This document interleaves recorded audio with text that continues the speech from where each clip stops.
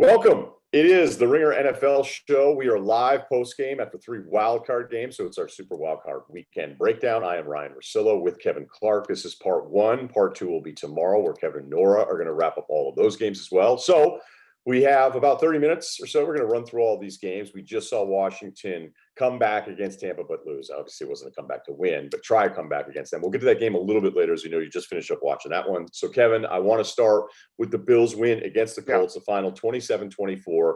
The Colts looked like they were the better team for the first half. Time of possession, they doubled them up. They had more yards, but everything really changed once their fourth down didn't work out and the Bills go 90-plus yards for a touchdown, the start of 4 straight scoring possessions for them. So we're left here looking at the Bills, who we thought were the better team, advancing, but also realizing the Colts have to be sick to their stomachs, thinking they threw one away.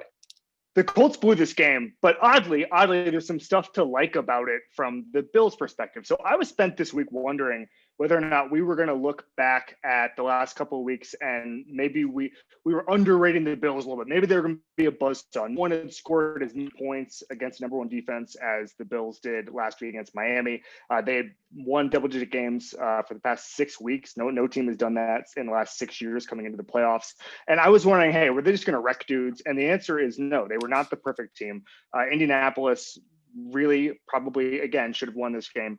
But when I think about how Josh Allen performed today and going 96 yards, just swing that right at the end of the half in 1 minute and a half at the end of the half, that was an amazing swing. And they can score points quickly. And I think what's happening now and what they proved is they can kind of do a low-grade version of what the Chiefs do, which is they can pounce on mistakes, which obviously the Chiefs have done for 2 years now, 3 years now. But they can also just make it so the only thing that matters is the kill shot. And you saw that with the Diggs play.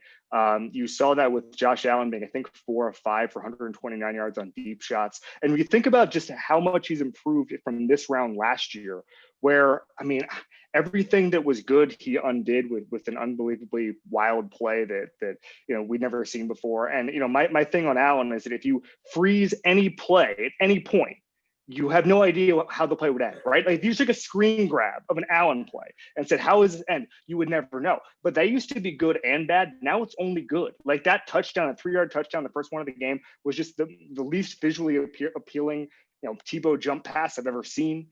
The pump fake on the corner blitz, where he basically just ran around a blitz and found a guy. I mean, what he does now is he plays mistake-free football, and he has these kill shots that overcome any negative plays that the Bills have.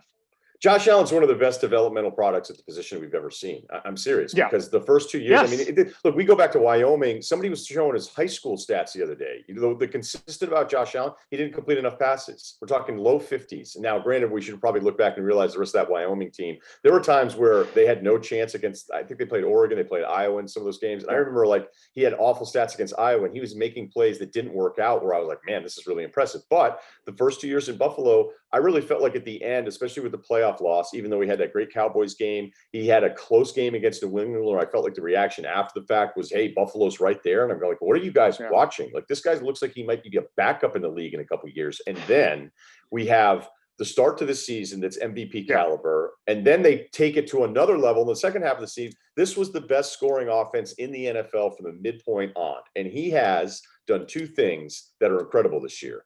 His jump in completion percentage in 2 years is over 16%. It's the best in NFL history, and he was the number 1 pocket passer in the NFL from a completion standpoint, which seems impossible, because what do we know about the big athletic guys that actually trust themselves to make plays, especially when they're younger? They're not reading the defense. They're just not used to it. It's freaking them out. I'm going to get out there and go ahead and run. I thought he had a few Elway playoff runs today, where he was making a point that I'm not going to start sliding on you guys. There's actually that great collision he with Darius Leonard to make a great tackle on him. But I can't believe that after, usually we don't see this. We don't see someone play like he did for 2 years and now be someone where I go, he's going to challenge to be a top 5 player at this position for the next decade. So you're right. They can screw up. They're not even as good this year defensively as they were last year.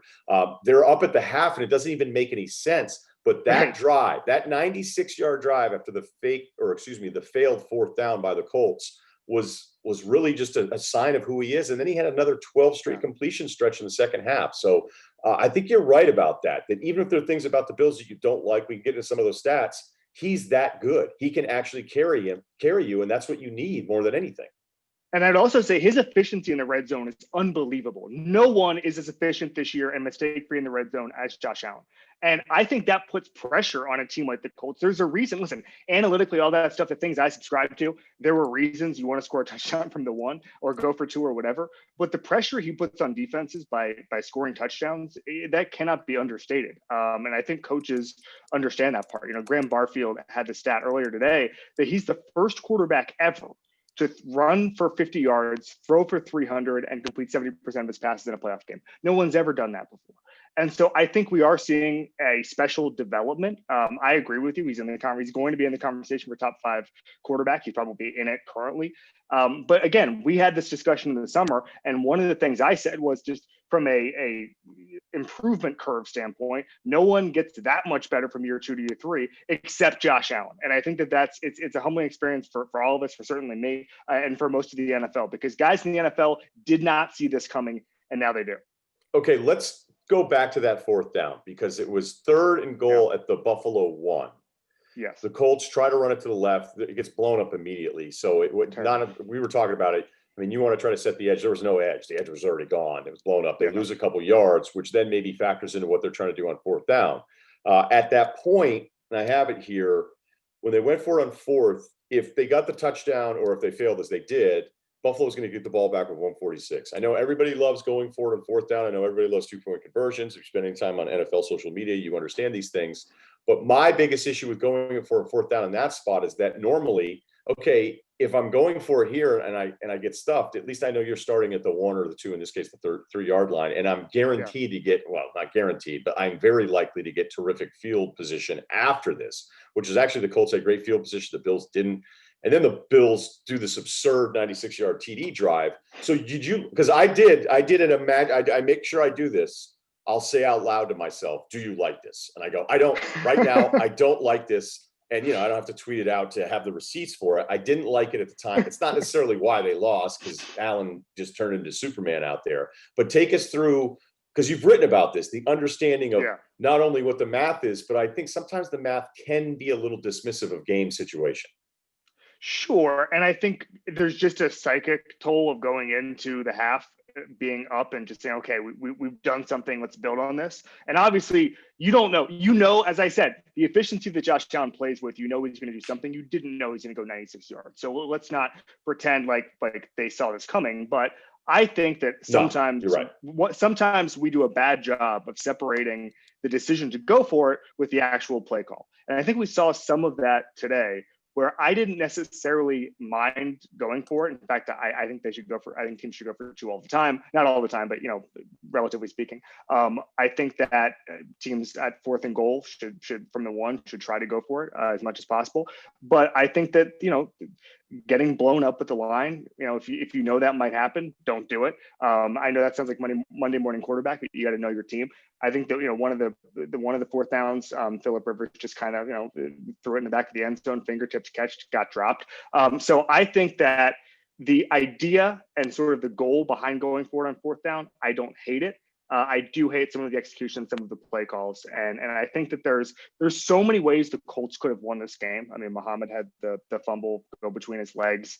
Obviously, the missed field goal earlier in the second half ended up playing a huge role in it. But I don't think you can necessarily kill the Colts for going for it. But there's just some nuance within that maybe you're a little more concerned by.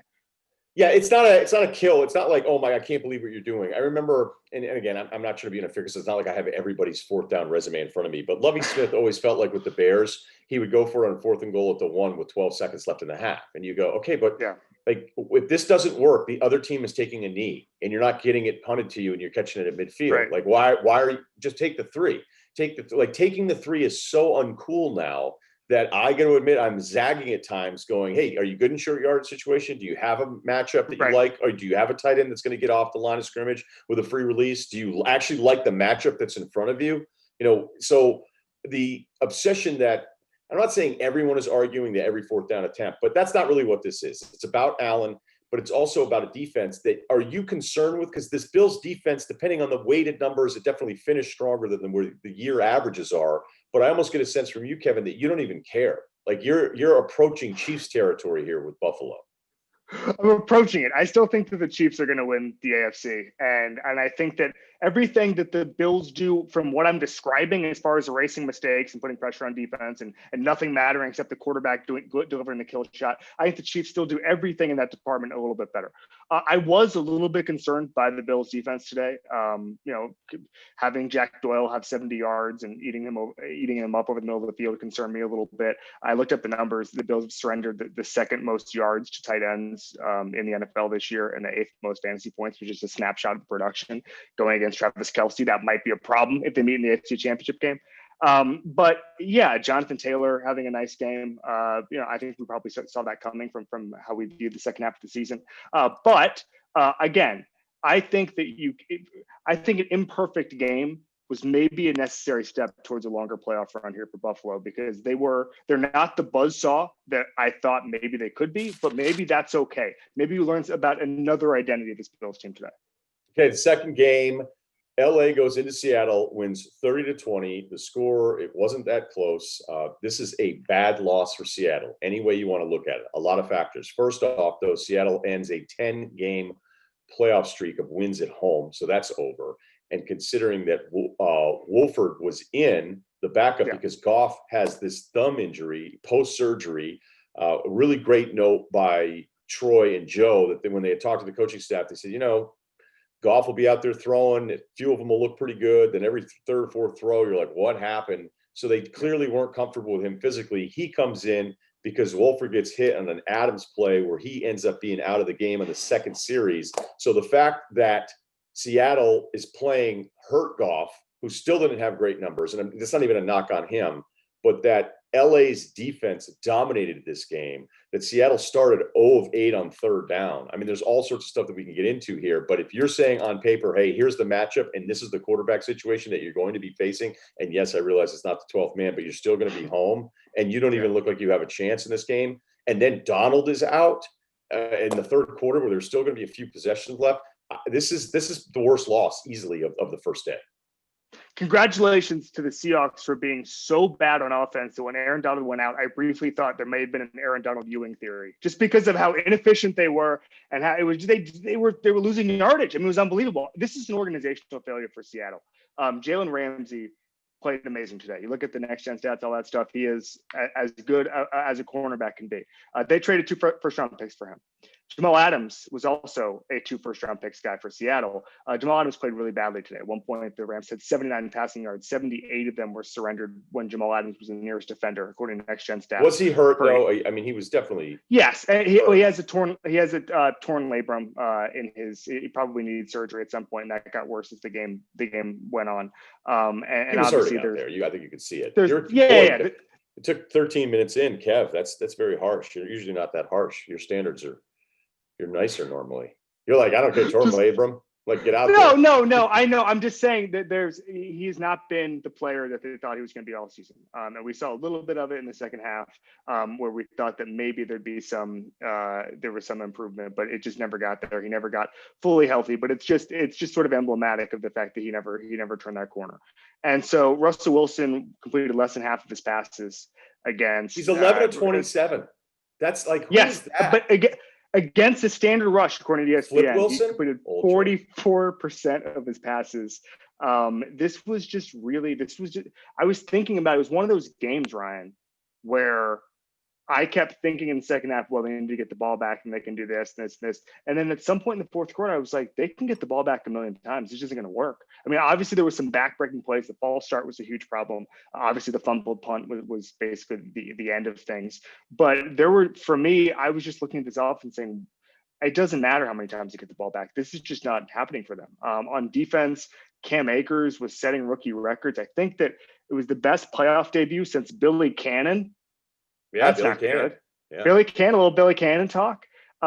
So they had the screen interception, which never happens. I was thinking about just the shortest interceptions. I was thinking about Marcel Darius's shovel pass pick 6 against Texas in the championship game, but there aren't that many short pick 6s. Wow, anyway, that was Yeah, I always thought Marcel was going to be a little better as an NFL player. Didn't quite wasn't consistent enough. I know you came here for breakdowns of draft picks from 10 years ago. Okay, so Seattle. I don't know that this is a huge surprise. Look, 11 for 27 for Russell Wilson in a playoff game is surprising. Hey, Russell Wilson has a 17 QBR after a playoff game. What do we do now? Sometimes things happen and then it actually isn't a thing. And for me, this is not a thing. But the offense declining is a thing, because if you look at different metrics, there's some overall ones where Seattle finishes better. We actually realized the defense shored up a little because it was so terrible in the beginning of the year. But if you go with the expected points added number, which I really like, it kind of neutralizes everything. This Seattle defense was the Seattle offense, two completely different teams. Weeks 1 through 9, Seattle finishes 4th in that category. Weeks 10 through 17, 16th. But they go 12-4. They win 6 of their last 7. They're going to be at home. You're thinking, okay, this is going to be good. But the biggest issue, even though they had that deep shot to Metcalf, was that Russell Wilson was one of the best deep shot guys to somebody that was at the bottom of the pack. So this offense completely lost the ability to challenge people down the field. And if you're the Rams and you're getting there with 4 all day long, which is a huge part of this, we know this. If you can get there with 4, you have a massive advantage. And then you have Jalen on the back end. So I look at a Rams team scoring 30. I still can't believe it, but we knew they were the number 1 defense coming in by a lot of different standards. Is it enough of a defense despite this ridiculous quarterback situation? Because I don't know if Goff is going to look better in a week, or you actually think this can carry a team out of the NFC. I think their defense gives them the ability to beat anybody. I don't think they can beat the Packers, but if you think about what that matchup is, that's Devontae Adams against Jalen Ramsey on the outside, which just from a football dork standpoint, I'd love to see. But then, you have Aaron Donald, as long as he's healthy, and that's a huge question mark at this point after what we saw today. But if he's healthy, he can blow up plays up the middle of the field. That D-line is nasty. Darius Williams can do something on the other side there. I think that there's enough pieces to make it very, very close. I think that the quarterback, you just have to score points against Green Bay. And I don't know if they're going to be able to this is going to be a 30-point team all the time. And I understand the pick 6 and all that stuff.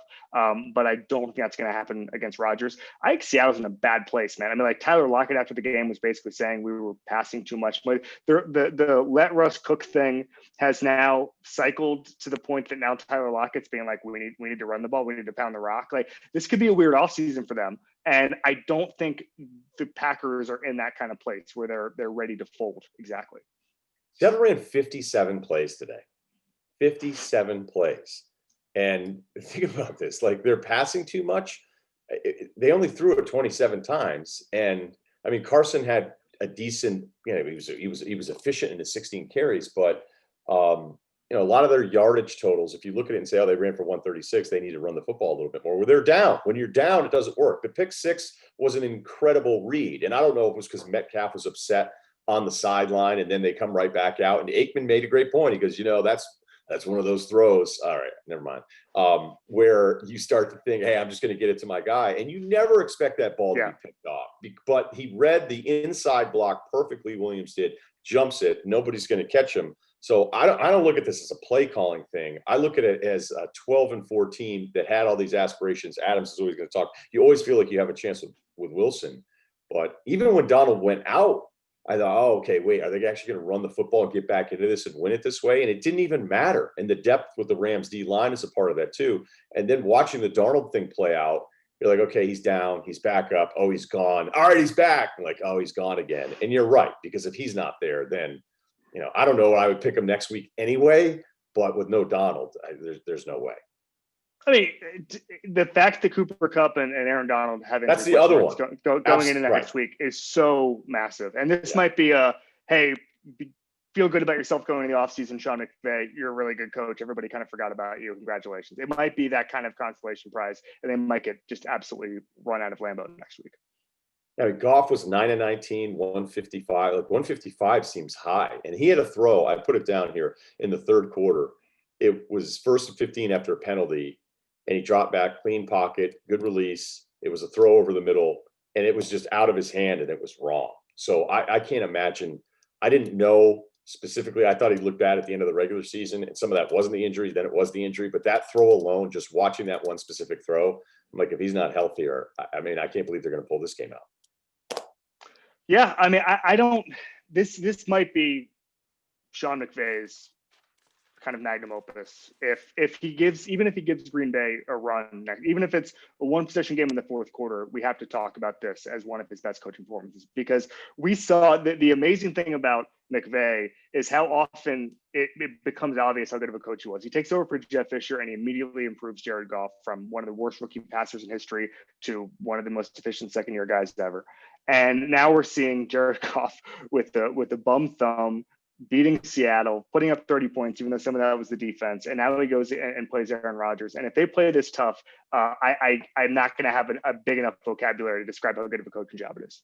Yeah, and you're right, though. As you said at the beginning, Cam Akers, he has clearly taken hold of this running game here. 28 carries, 131, and a touchdown. But you know what? Do not forget, though, even though the McVay thing helped with Goff's development, Fisher put a lot of those pieces in place eventually once they got to the Super Bowl. Well, he literally moved the team. He literally put them in place by moving. He got a $7 million bonus. Did I ever tell you that story? We had Adam Schefter on, and I go, hey, why is he getting another $7 million for 1 year? And he goes, Ryan, they're moving the team across the country. Yeah. I was like, is he driving the Mayflower trucks? Like, I don't quite get that. They're like, this is a challenging time. They're like, man, that pays good. All right, last game here. Tampa Bay and Washington, the GOAT versus the kid. I learned this today. Very insightful stuff from earlier on Fox Radio. But did you know that a newborn GOAT is called a kid? I don't think I knew that. I didn't know that either today. So who was the newborn GOAT that they were referring to? Well, Chase Young was the kid. Oh. Yeah. What game? Were you still in the Bills game? We're doing. No, I don't know. I don't know why they were. I didn't know why. Chase Young wanted it. That. The kids say they want all that smoke. That's what he was saying. He wanted all that. He was going up against the GOAT, one of the many GOATs that we have. The GOAT name's getting thrown around a lot. That's what I'm confused. I've lost track of who the GOAT is. That's why. Yeah, it used to just be Muhammad Ali, and now there's just tiers of GOATs all over the place. They're spawning. So Brady, I think, GOAT inflation. I think has been a problem over the last decade. Is what I'll say about that. Yeah, we're thin absolutely. Yeah, absolutely. Okay, so we've established that part of it. Okay, this game, I'm going to admit something here. At the beginning, Taylor Heineke's out there. We know his story, Old Dominion. We actually had him on. I think he threw for like 700 yards in a game. We're like, what's going on? I think Van Pelt was using him on the college video game. He's like, I just want another title with Heineke. I'm like, that's awesome, man. Old Dominion football, it's back. The start of this game, we knew that Tampa and Bowles are going to send everybody, and that's exactly what's happening. And it actually didn't look great. But I'm giving Dungy credit. Dungy's like, I really like him. And I'm like, is he just saying this? Is he just being really positive? But Heineke actually gave him a shot. He did leave the game in the third quarter, but Brady goes for 381. He didn't complete a lot of his passes, but he made the most of it. So even though there was a late threat there with Washington scoring 13 points in the fourth quarter, it was all Tampa, kind of. But I don't know that anybody's starting their show on Monday going, Tampa's clearly the favorite now. That's not the vibe that anybody's getting from this game. So that was the funny thing to me from this takeaway. And there were a couple people who were tweeting at me this game was boring or whatever. Tom Brady over the season has 1,233 deep passing yards. Okay, it's the most he's ever had. Over the second half of the season, he's throwing deep. I think he has the best deep grade or highest air yards down the field in the NFL. He's throwing it really quickly. Too, he's hanging out. That's one of the things Pep's been talking about the last couple of weeks. He's playing exciting football, and it seems extremely boring and routine. And that's what's funny to me. Like, I'm watching him, and he's hitting whoever down the field, whether that's Mike Evans had a top catch. Yeah, Brady. How about Godwin? How crazy was Godwin? Godwin thing? Passes. Yeah. Wow. Both Tirico and Dungy are like, yeah, look, well, we raised our eyebrows a bit when Brady goes, he's got the best hands of anyone I've ever played with. Drop. It was unbelievable. I'm not saying that Brady was lying or that those guys were telling. It was great insight. It was a good story. Drop. Anyway, they won. But what I'm saying is I don't understand why everything he's doing statistically seems so interesting. And when I watch it, I'm just like, oh, okay, they're fine. He has the best deep grade? In the last, from weeks 9 to 17, according to PFF, he has the highest air yards per attempt. And he's the third quickest to throw. This is from George over at PFF via Phil Perry. So he's throwing down the field and he's getting it done. Most deep yardage he's ever had in his career. And listen, he struggled with it for large parts of the career. I don't think he actually has the best deep grade, but he has some of the deep metrics say that he's going deep effectively, I guess you could say. And I think that there's something interesting. I heard on one of the midweek shows, I think it was Sam Monson, he said that there's always been a huge adjustment to Bruce Arians' offense because they're throwing downfield and because of the pressure that gets put on there. And there's always usually a lot of turnovers. Andrew Luck had a ton of turnovers the first year he was in there. I think that Tom Brady's actually adjusted better than most people to Bruce Arians' offense. And I think there's something to be said for that. And I think that he's getting better every week, I think. And it's funny because I think the second Saints game threw me off the scent a little bit because I was ready to do the whole narrative of, oh, the Bucs, they've clicked, here we go. And they didn't at that point. It might at some point be clicking. It might in the next 2 weeks at some point. But again, everything he does seems like it should be exciting from a statistical standpoint. And it just seems very routine to me. They should have, for me, this was strength on strength. I thought it was going to be a really good matchup for the protection scheme of Tampa Bay to go against that front seven. And I think they did a pretty good job of keeping Brady upright. He took some big hits, but it wasn't like he was under pressure all day. And the fact that the football team could compete without insane pressure on Brady is actually a little bit discouraging for Tampa Bay. I thought they were getting to him there a little bit, but with Brady, even when you get there, I mean, the clinching throw in this game was the 2nd and 8 down the left sideline to Evans. It was an incredible throw. It's one of those throws you're like, oh, wait, that looked like good quarterbacks make that throw. And he was getting tackled as he was getting rid of the football, and he hits Evans, who ended up having a monster game, even though we thought we were going to lose him to injury. He goes 6 for 119. Some of the other numbers here, Fournette, 93 yards on the ground, second most productive rushing game of the season for Fournette, which adds an entirely different element to them with no Jones. And then Gronkowski actually only one target, was that throw to the back of the end zone where he didn't come down. He caught it, but he didn't catch it in bounds. No argument on that one. That was the only target. Brate was much more of a part of the passing game here. But yeah, the overall numbers, you look at it and say, hey, was Brady great? Like, I think he had great throws in moments, but you're right. Like, we always were expecting Tampa to have this run. The primetime game theory is one of my favorites. When you are terrible, as they have been multiple times in those big spots, you're like, wait, I'm supposed to like this team? And I think one of my favorite things that came up with from the Pro Football Focus guys is the variance stuff. Here, it's like, okay, you might be a really good team, but what's the variance between your best defensive performance, your worst defensive performance? Tampa is 23rd in variance on defense, which makes sense. Sometimes it just doesn't look like it's working. Yeah. It looked like it was working in the first half, and Heineke got settled against the pressure. They started moving the football in this game, which isn't a great sign considering the Washington quarterback situation. But then on the other side, the offensive variance for Tampa, it's just as bad. They're in the bottom third of the league in some of this stuff. They can be all over the place. So, you could sit here and go, hey, win. It's in the playoffs. It was on the road. We'll figure this out. You still have Brady and all this stuff. But I guess we probably are a little too difficult where we want these teams that are supposed Super Bowl contenders to look clean for 60 minutes. That's just not what the sport is.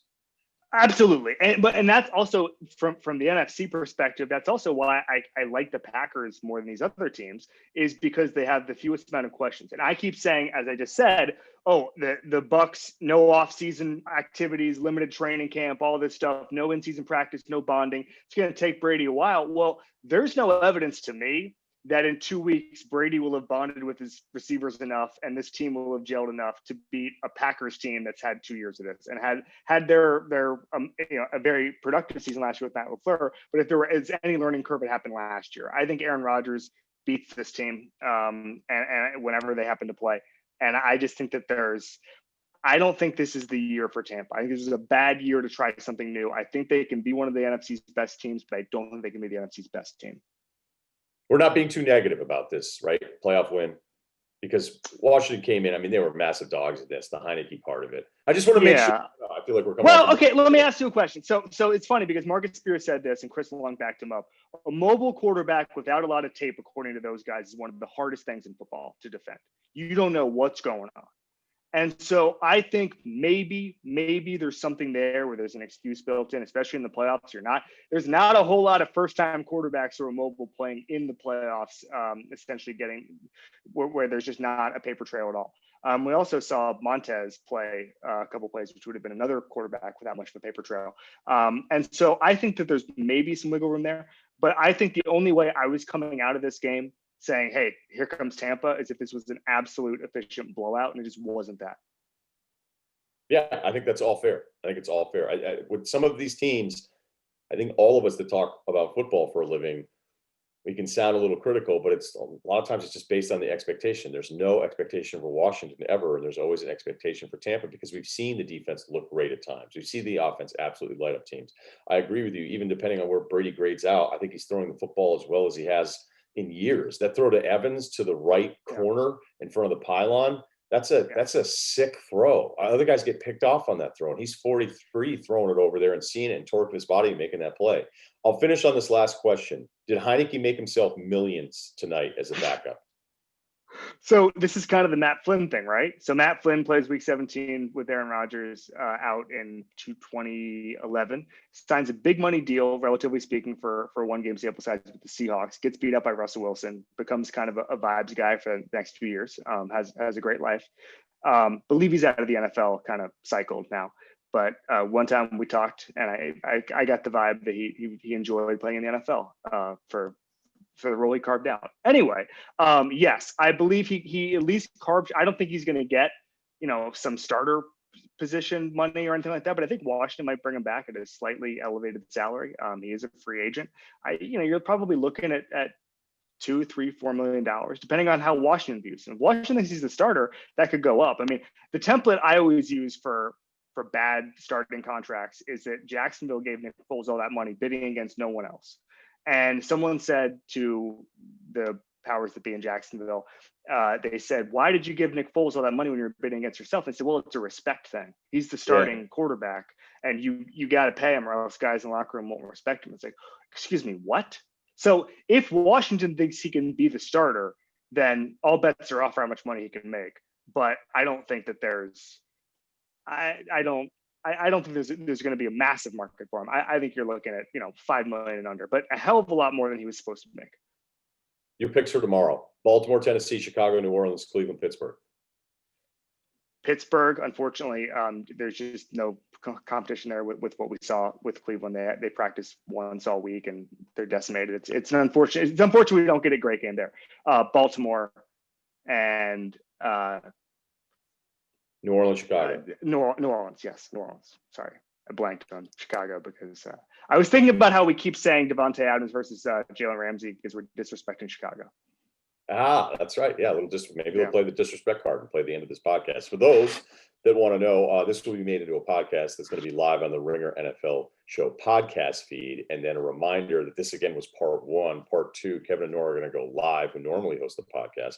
They're going to go live right after that Cleveland-Pittsburgh game. So that's going to be coming out about 11-ish, not 11 o'clock or so Eastern time, 8 o'clock out here on the West Coast. So that is the plan. We're going to be live on YouTube, Twitter, and Facebook. So for Kevin Clark, I am Ryen Russillo, and that's part one of our NFL Ringer Show Wild Card Post Game Live.